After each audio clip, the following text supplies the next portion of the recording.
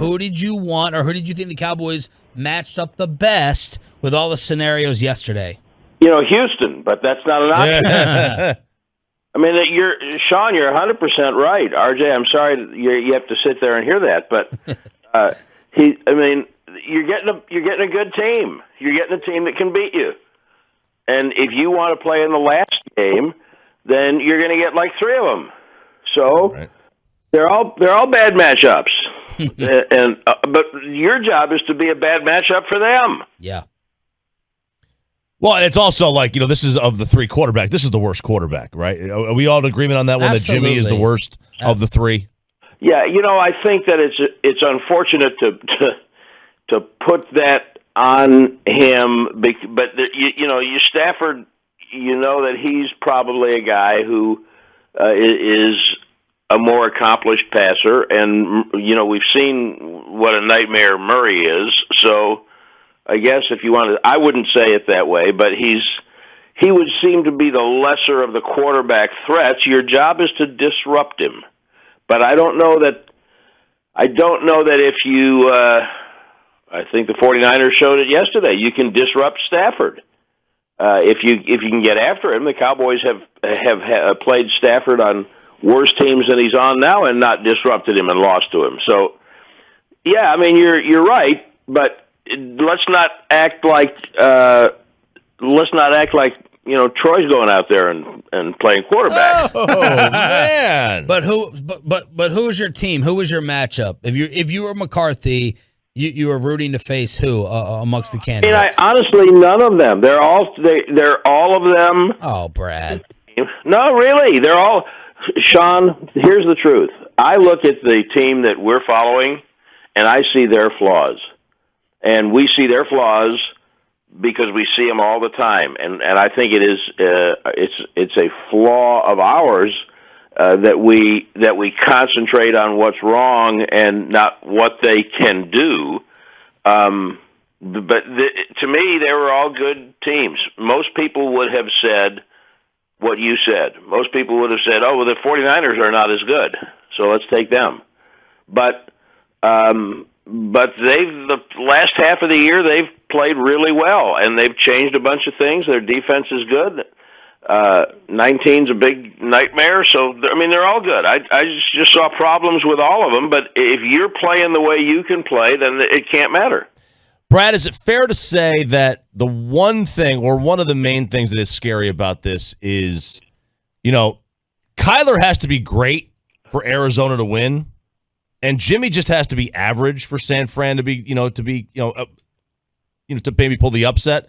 Well, I don't know what... And average is easier to become than great. I don't know what being average means, but I would say that it's probably accurate that they rely on him to carry them less than the Rams probably are going to be offensively limited if Stafford's not really on. Now, their defense is an issue, but so is the 49ers. But I think it's correct to say that the 49ers don't need Garoppolo to beat you. Right. They need him to not beat them.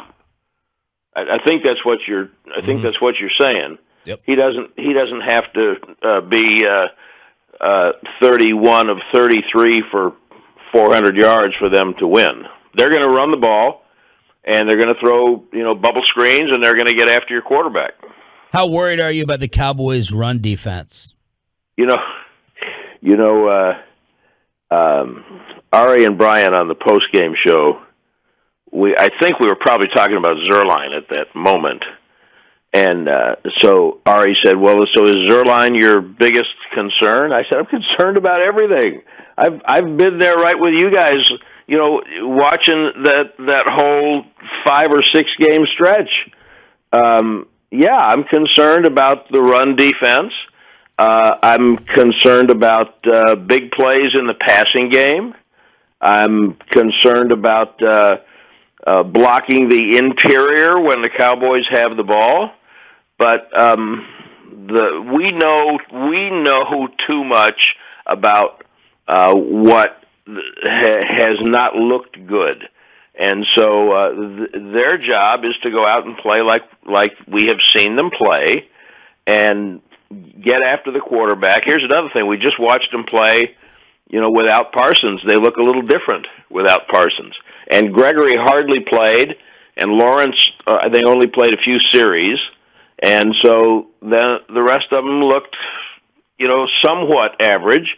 And so those guys will play, and they'll be ramped up, and it all goes out the window now. The pace of the game picks up by a good half notch, and all of that stuff is tendencies, but everyone has to be in a place where they now elevate their game and do things that they haven't done. If they win the game, shame on us if we say, well, why didn't they do that all year? Because all year is not the playoffs. The playoffs is something different.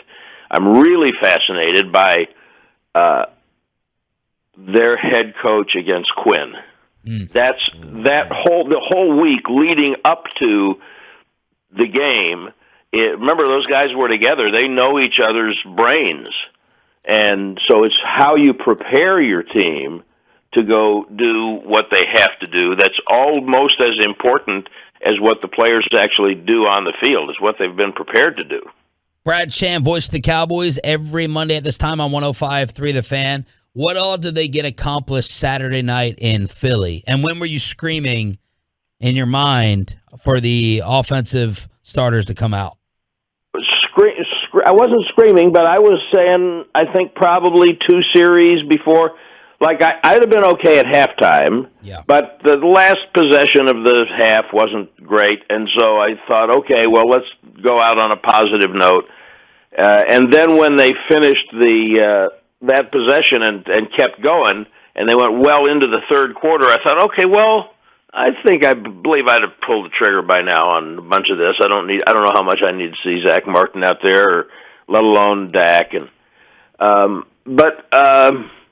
I think what they got accomplished is, think about what we would be talking about today if they, regardless of who had played, if they had lost.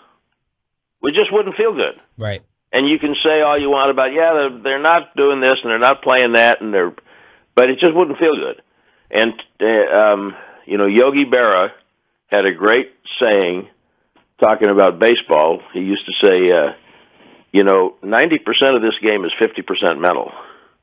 And they now are feeling good. They're in a positive frame of mind about what they can do, and there's nothing wrong with that. Nobody got hurt. That's important. I don't think Gallimore is going to be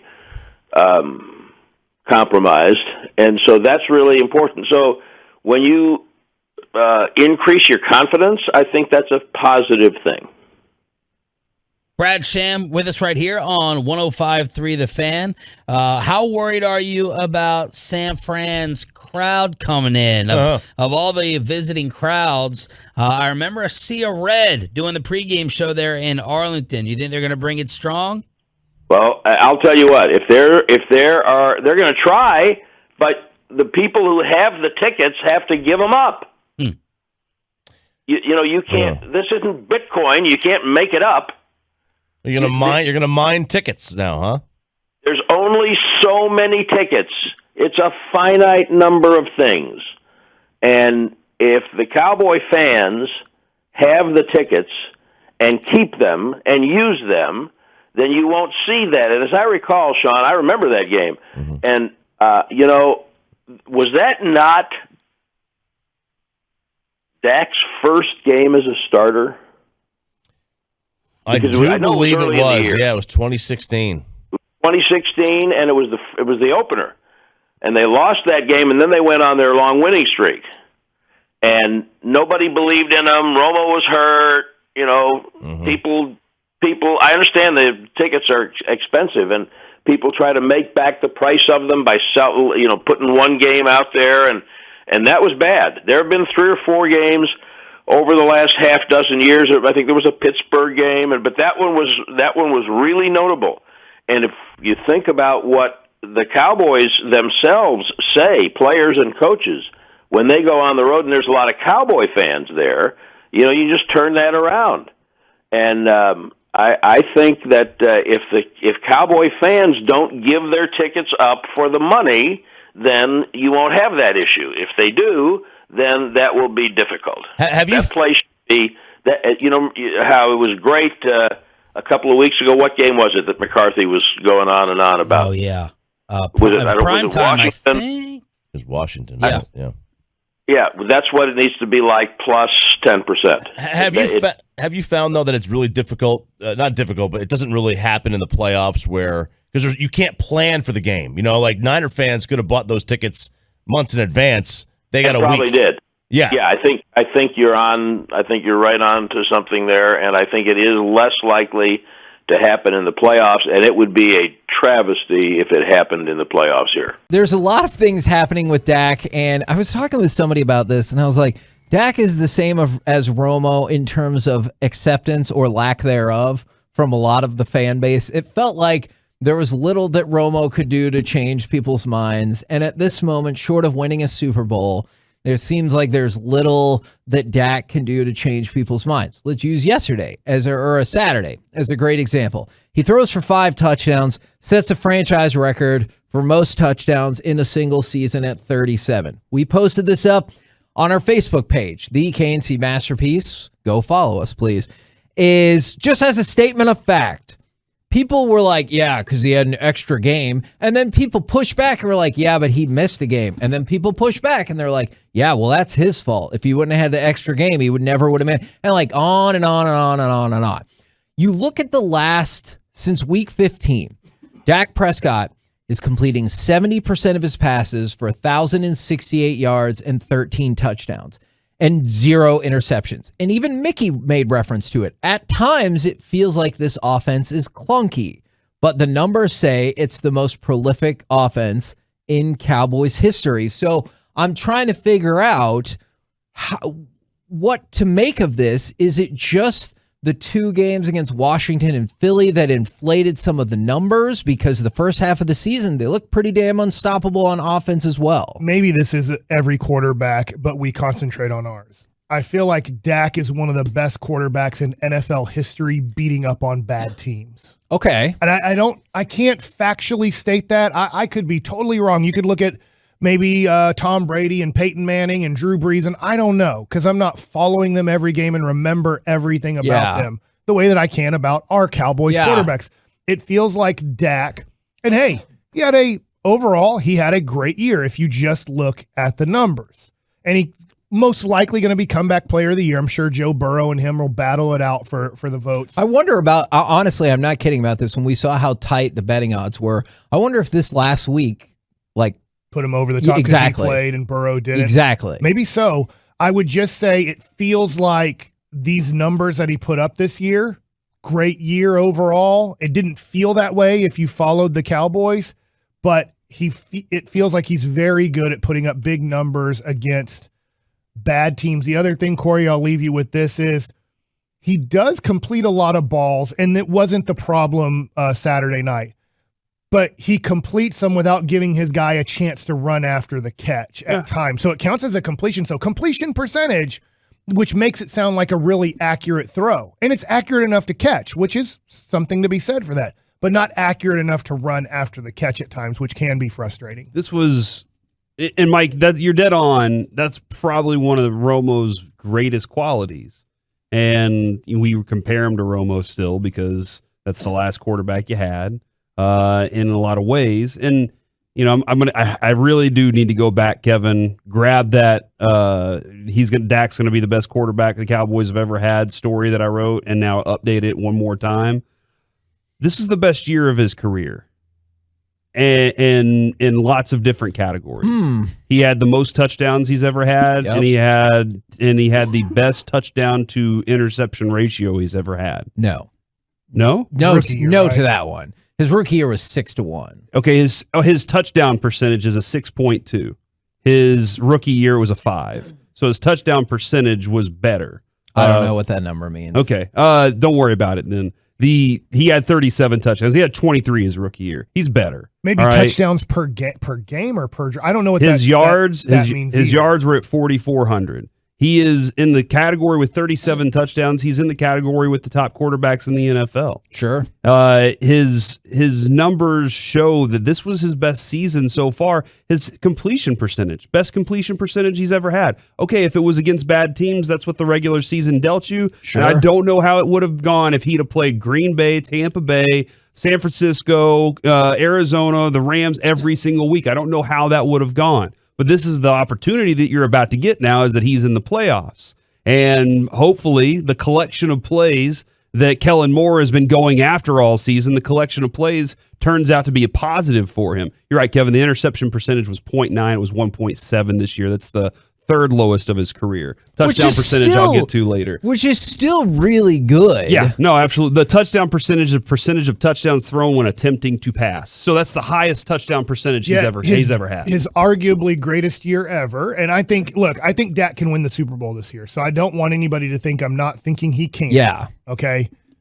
But still, I know it's power rankings, it's opinions. Nobody's going to have him as a top 5 quarterback in the NFL. You know what's really interesting about that? And that's why I was trying to see if we could come to sort of a consensus, which always seems like a fool's errand in stuff like this, is sometimes people come out really hot on the fan text 877-881-1053. And they said, well, that's all quarterbacks, dumbass. You guys put him up to an unreasonable standard. He's clearly top 5 in the league. That's not the case. I'm just comparing him to him. Yeah. This was his best. Wasn't he ranked time going into this week number 10 and number 7 on the ones that we follow where they rank the quarterbacks for the season? If you think that Dak is a top 5 quarterback in the league, all I asked was, so who are the top 5 QBs in the league? That was my question back.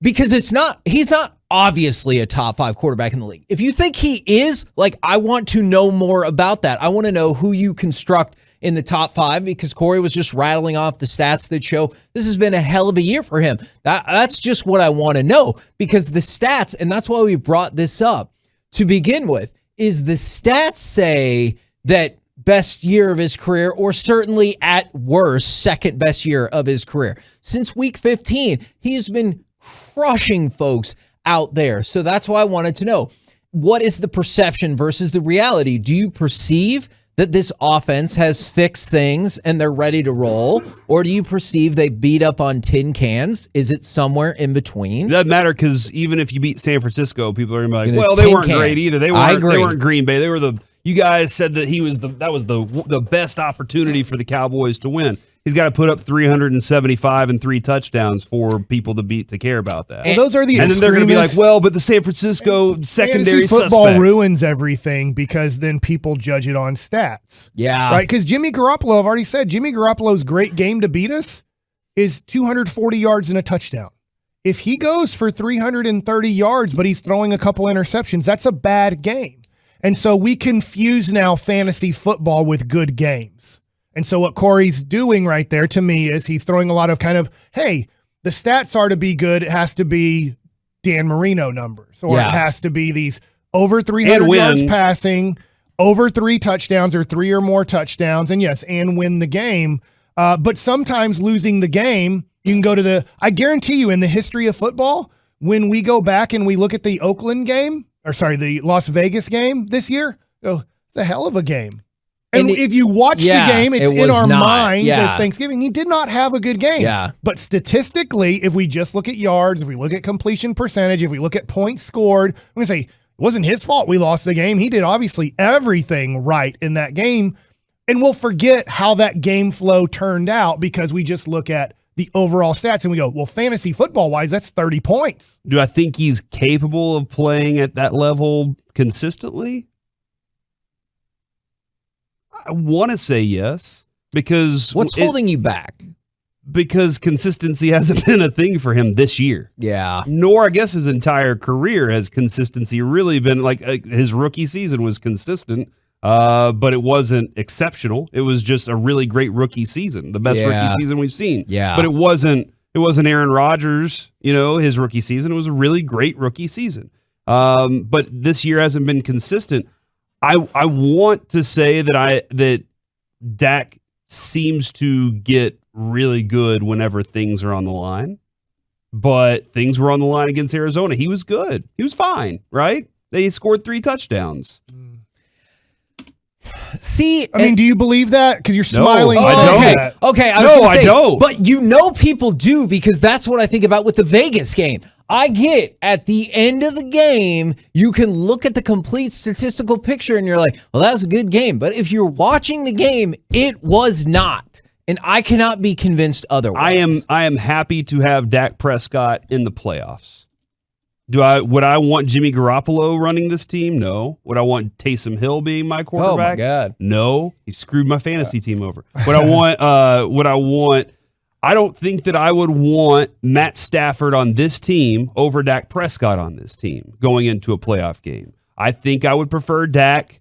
It might be a draw between him and Kyler. But I think Dak has more experience to draw from as the playoffs go along. I'm very interested to see how Mike McCarthy handles him and works with him, and how this offense works together, how they plan to mentally go into the playoff game together, not having Jason Garrett as the head coach. Because that's something that's even more interesting to me, because it seems like this is a better team, not a bunch of individuals that are playing football. This seems like a better team than we've seen in a long time, better coached by far. And so, all those things are very different from what Dak's had in the past. This year, Kevin, there have been an up and a down. Yeah. And then we feel like, well, what's the reality of the up that we're seeing right now? And I think that it's a positive because you have so many other good things going along with the team as far as defense and all the health of the offensive line and all those things as you get there. I have noticed, and this was the same issue that came up with Romo, and it's probably going to be there forever, is people are conflating other things that they've heard or their own thoughts into things that we've said, and they're like, well, all season long you've said that Josh Allen and Justin Herbert are better than Dak. Okay, I'm just going to focus in on Josh Allen. I feel like I have really, really been pushing against the Josh Allen as the MVP. Every time we do power rankings on Wednesday, we talk about, God, why are they giving Josh Allen so much credit for what he did last year still? Like, we get it at times. Patrick Mahomes would still be the 3rd best quarterback in week 7. And we're like, we get it. Yeah. As in, he's put in so much work the last 3 years. AFC Championship game, Super Bowl champ, Super Bowl loss. We get how you're like, I'm not going to move him down to number 11 or 12, even though he was playing like that at one point in the season. But Josh Allen was getting a lot of credit for no reason, so you're just not listening when that comes. And maybe you're just joining us. Hey, we need you to listen longer. Our time spent listening isn't the best, so we'd love for you to listen longer to our show. And listen to the whole station, because we're not a monolith on this station. We don't all agree on these things. Maybe people have turned us off right now in this segment because they got mad at something I said or Kevin said. Probably people don't get mad at what Corey says, but I would say this. If you think Dak's the 5th best quarterback, I think you have an argument for that. I just wanted to know who those top 5 were. If you think he's the 10th best quarterback, I think there's an argument to rank him that low. I think if you rank him in the top 4, you're insane. I'm just going to throw that out there. Wow. And I think if you rank him outside of the top 10, I think you're somewhat insane. Yeah. So I think he fits somewhere between the 5th and 10th best quarterback in this era right now. Okay, is this a fair statement, or will it still get people that are angry and crush it? Dak is somewhere between the 5th and 10th best quarterback in the NFL, and he has been playing very well the last several weeks as a whole. Or do you think people will focus in on the Arizona game and say that was the most important game and it didn't, and you didn't play as well as he needed to? I would say it was disappointing because we knew how much felt like on the line there to show us going into the playoffs. Can we beat a real playoff team? And Philadelphia's a real playoff team too, and then they didn't play. So that got a little bit like, well, we can't tell there. That was so frustrating, I think, from Cowboy fans. As like, man, those 2 other games, Washington and Philadelphia, close to perfection from Dak. Close to perfection. But the one game that we were all looking towards, he played, I would say, below average. He didn't play bad, but he played below average. And people will look at the final stats and say that you're crazy, but I totally hear what you're saying with their bottom line. They lost. I mean, they lost that game too. So, like, if you didn't win it, it wasn't worth it. I can go to pitching, and this is where, like, the mental ABCs of pitching is a great book, and it goes to this. You have to know if you made a quality pitch or not. You cannot base it off the result or you'll get in trouble and you won't get any better. Does that make sense? Yeah. Because if I throw a pitch down the middle, like I'll tell you this, I struck out Ken Griffey Jr. when he was with Cincinnati Reds. I threw a fastball right down the middle. It was a horrible pitch. Yeah, I get a strikeout on that. Did I execute the pitch? Did I execute my plan to strike him out? No. And I need to know that. If I throw a pitch and a dude hits it 112 miles an hour at my shortstop and he catches it, I did not do good. Now, I got the result I wanted. I got an out. But if you are, as a fan, it's fine as a fan, right? Yeah. You're wrong. You can be wrong about what you're doing, but you're a fan. You can have an opinion on whatever you want to have. But you have to know, you have to be a good self-evaluator. When I'm sitting there with Mark McLemore and Steve Buechele and David Murphy, and we're having to listen to the Rangers post-game afterwards, we're listening to the comments after a guy threw 5 innings, gave up 6 hits, walked 4 guys, 10 guys on base in 5 innings, and only gave up 1 or 2 runs. And if he says, I pitched well, we're like, that's not good. He's not going to get any better. Yeah. If he gave up 10 base runners, 4 walks in 5 innings. But if he goes out there and he gives up 4 runs in 6 innings, but he had a big error that happened, he says, hey, man, I pitched the ball well. Obviously, I made a bad pitch on the home run. I need to be better in that big situation. But for the most part, I'm proud of a lot of my execution of pitches. We're like, okay, that's a self-evaluator. He's not like, well, I just lost, so it was a horrible game.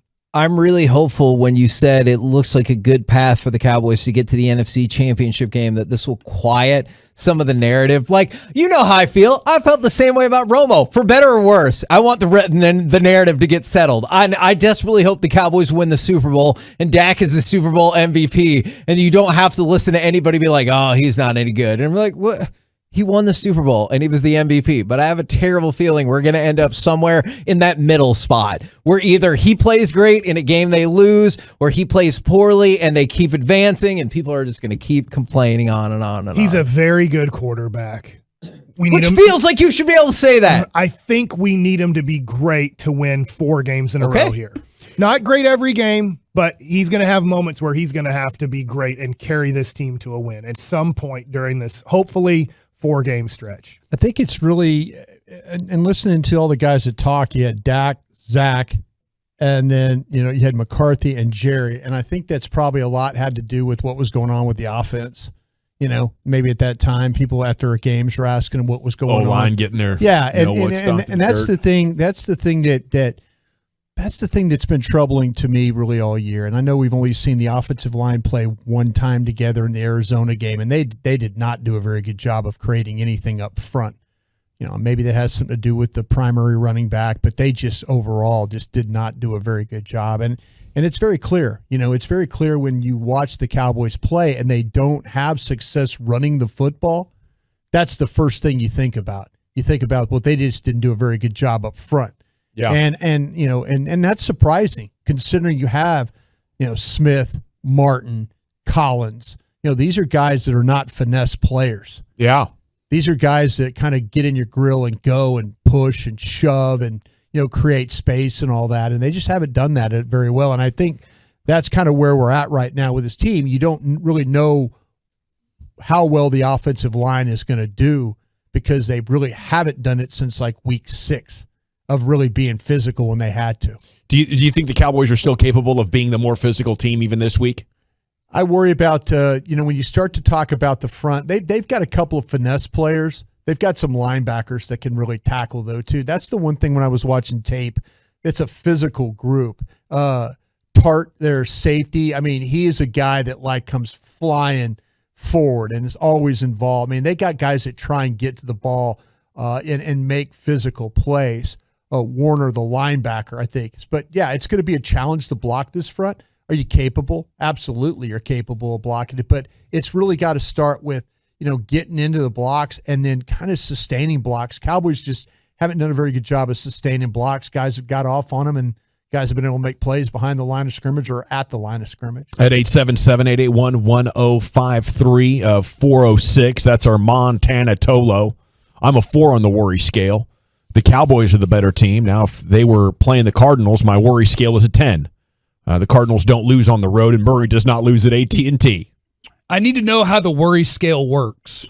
Like if I am 50% confident the Cowboys win, is that a 5? And if I were 60%, is the worry scale a 4? Yep. Then my worry scale is like a 4.1. Okay. 4.2. I think San Francisco's a really good team. I do too. I think the one thing that is important to remember and why I wanted the Cowboys to play to move up if they could is I do think the most important thing is what quarterback are you playing? Now, Kyle Shanahan does an incredible job of trying to minimize Jimmy Garoppolo's imprint on a football game. That's what he tries to do. We are not far removed from the 49ers moving up to number 3 overall because they said to themselves, Kyle Shanahan, my quarterback is not good enough. Yeah. That's who I want to play. But the team is really good. Trent Williams was probably the best left tackle in football this year. That offensive line is good. That defensive line has Eric Armstead and Nick Bosa on it. That's a couple of monsters. Yeah. Linebackers are good. This is a really good football team that I think is just limited at quarterback. Yeah. But it also, I wanted to move up because it also sets you up to dodge Lambeau for a minute, and that's lovely. Yeah, I'll say this, though. The 49ers in the secondary aren't really great. I talk about them, being around the ball and stuff like that. But if you going into this game, I remember kind of looking at some of those sharp stats, averaging like 8.3 yards a reception. Against them? Yeah, against them. So, yeah, that's 24th best in the league. Touchdown rates right around 5% for the receivers on the outside. It's just a matter of getting your guys going. Can you hold up front? Yeah. And if you have to, can you protect well enough? They're very capable of doing that. So, yeah, I'm watching Josh Norman playing these games, and I'm going, attack him. Yeah. And it got to the point where they took him off the field. He didn't even play yesterday because of how bad he's been. But you watch this 49er secondary, it doesn't. They have to be really concerned about what Dallas can do wide receiver wise if you could get the protection. It's amazing how they got the job done. McVay has never lost when leading at half. And it was 17-3 at the break, and everything just started going the 49ers' way. And if it wasn't for a turnover in the red zone, the 49ers might have come back and won that in regulation. So they definitely have something to them right now. 2-1-4, Vegas always knows something. The fact they have the Cowboys at only -3 tells me we should be worried, okay? They're calling it almost a pick'em because Vegas has changed a little bit because over the last couple of years, home field advantage has meant less than it did in the past. So now I think they give you more 2 than 3. So they're saying the Cowboys are better than the Niners by a point, and you're at home. Yeah. So, yeah, they're calling it a near pick'em game.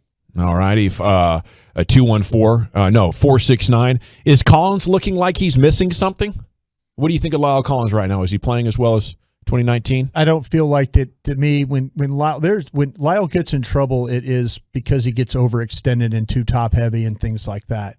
There's been times where his athletic ability and desire just to not get beat has saved him because there's guys that have taken him to the edge and his head gets down and then it's like, okay, run as fast as you can to push that guy past. So I don't think he's been as dominant as a run blocker.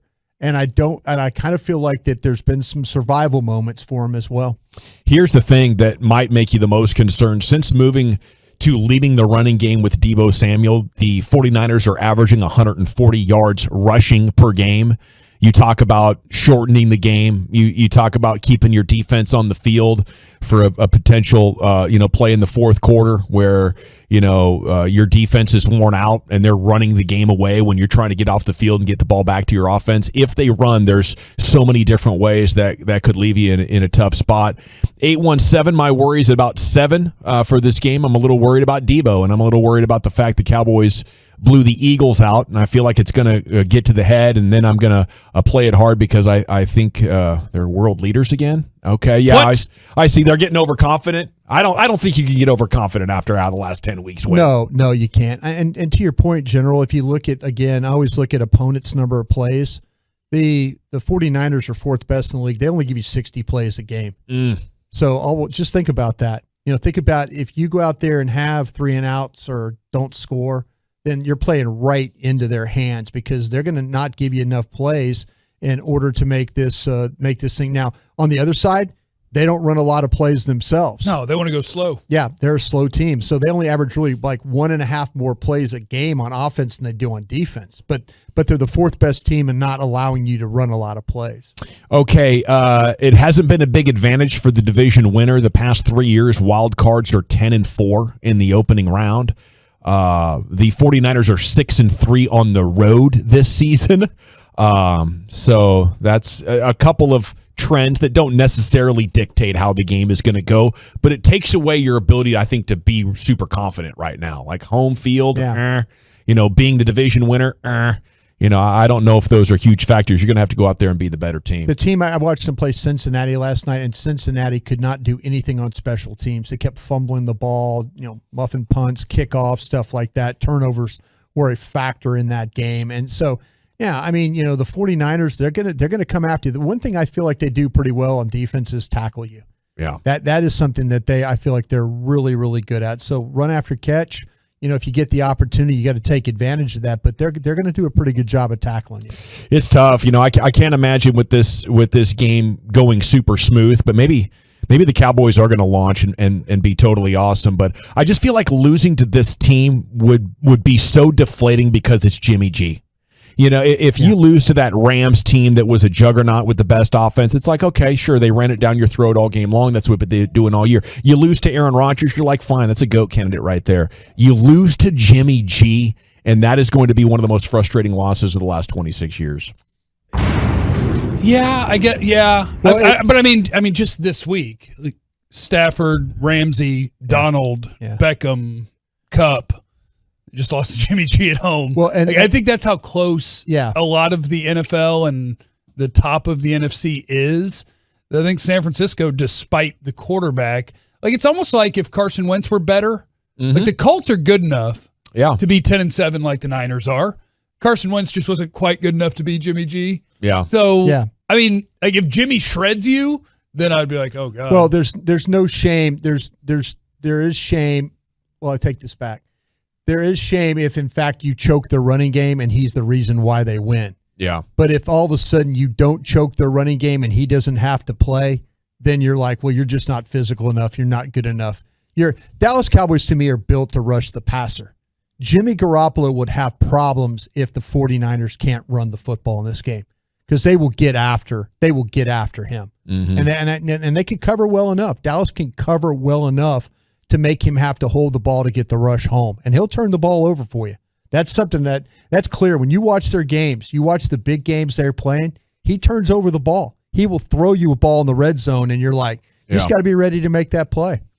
Yeah, I think that's why Coach only let him throw it like 7 times the last time they were in the NFC Championship game. But their running game is so damn creative that they really just need Jimmy to be efficient and not make the big mistake.